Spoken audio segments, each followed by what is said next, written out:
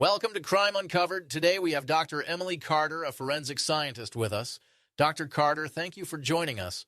Thank you for having me. Dr. Carter, you've worked on many cases. What is a particularly interesting one? One case that stands out involved a burglary that turned into a murder. A man was found dead in his home, and at first the police thought it was a simple robbery gone wrong. The house was a mess, drawers open, furniture overturned. But something didn't feel right. What made it seem suspicious? The crime scene looked staged. Usually in a real burglary, thieves take valuable items like money or electronics. But here, nothing valuable was missing. We started to think that the suspect had tried to make it look like a robbery. So, how did you begin your investigation? First, we collected evidence. We found fingerprints on the victim's door and furniture, all belonging to people who knew him, family and friends. We also noticed there were no signs of forced entry, suggesting the victim probably knew the killer and had let them inside. That immediately made all those friends and relatives potential suspects, so we had to verify their alibis. For those without clear alibis, we conducted DNA tests to rule them out. None of the tests produced a match, so they were all cleared. How did you find the suspect? Police investigators checked security cameras in the neighborhood and saw a man parking his car in a nearby lot before entering the house about 2 hours before the body was found. We also examined the autopsy report, which showed that the victim had been shot with professional precision. That made us consider the possibility that someone close to the victim had hired a hitman. The police then traced the victim's wife's phone records and found that she had been calling an unknown number frequently in the days leading up to the murder. When they investigated further, they discovered that the number belonged to an ex-convict who owned a car matching the one caught on security footage the night of the murder.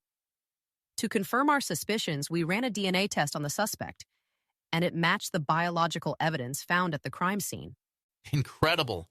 So, you caught them based on the staged crime scene and phone records? Exactly. The crime scene told a different story than what the suspects claimed. Once we had enough evidence, they both confessed.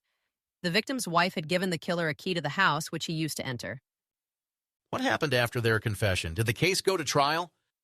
Yes, after their confession, they were both arrested and charged, the wife for conspiracy to commit murder and the hitman for first-degree murder. The prosecution had a strong case because we had physical evidence and direct phone records linking them to the crime. How long did the trial last? The trial lasted about 3 weeks. The defense tried to argue that the wife had nothing to do with the crime, claiming the hitman acted alone. However, the phone records, DNA evidence, and security footage were too strong to ignore. Prosecutors also played recordings of the suspect's interrogation, where he eventually admitted that the wife had paid him to commit the murder. What was the final verdict? Both were found guilty. The hitman received a life sentence without parole, and the wife was sentenced to 25 years in prison for planning the crime. That must have been satisfying for law enforcement and the victim's family. It was. The victim's family was relieved to see justice served. Cases like this show how important forensic science is. Without DNA evidence, phone records, and security footage, it would have been much harder to prove their guilt. Thank you for sharing this fascinating case with us, Dr. Carter.